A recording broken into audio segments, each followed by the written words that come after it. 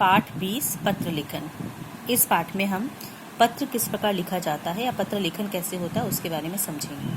जो पत्र की भाषा होती है वो हमेशा सरल, स्पष्ट और स्वाभाविक होनी चाहिए।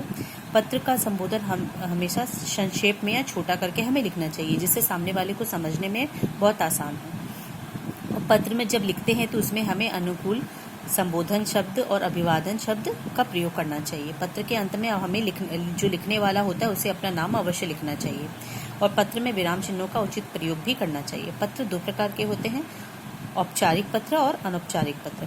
औपचारिक पत्र उन पत्रों को कहते हैं जिन लोगों से हमारा कोई निजी संबंध नहीं होता उन्हें जो हम पत्र लिखते हैं उसे औपचारिक पत्र कहते हैं।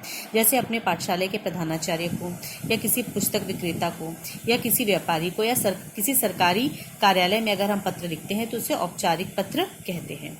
अनौपचारिक पत्र जिन व्यक्तियों से हमारा व्यक्तिगत संबंध होता है और जब हम उन व्यक्ति को पत्र लिखते हैं उसे हम कहते हैं अनौपचारिक पत्र। जैसे अपने मित्र को या अपने किसी निकट के संबंधी को हम पत्र लिखते हैं तो उसे हम कहते हैं अनौपचारिक पत्र। पत्र के कुछ अंग होते हैं, जैसे भेजने वाले का नाम, पाने वाले का नाम, संबोधन, समाप्ति पत्र, तारीख या तिथि, विषय संकेत, पत्र की मुख्य सामग्री और भेजने वाले का नाम और हस्ताक्षर और पता।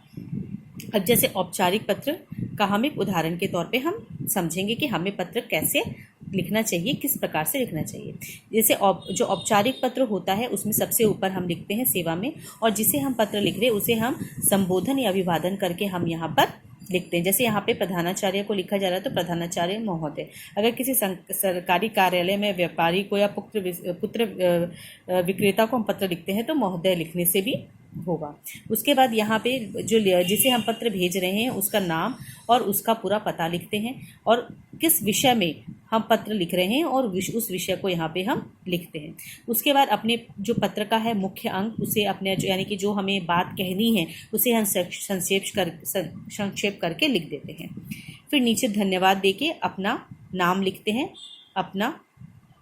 अपनी कक्षा अपना पता, या अगर हम विद्यालय में पत्र लिख रहे हैं तो अपनी कक्षा, तिथि वगैरह लिखते हैं। और अगर किसी सरकारी कार्यालय में या किसी व्यापारियों को या कहीं और किसी और दफ्तर में हम अगर पत्र लिख रहे हैं तो नीचे हम अपना पता और नाम तारीख के साथ लिखते हैं।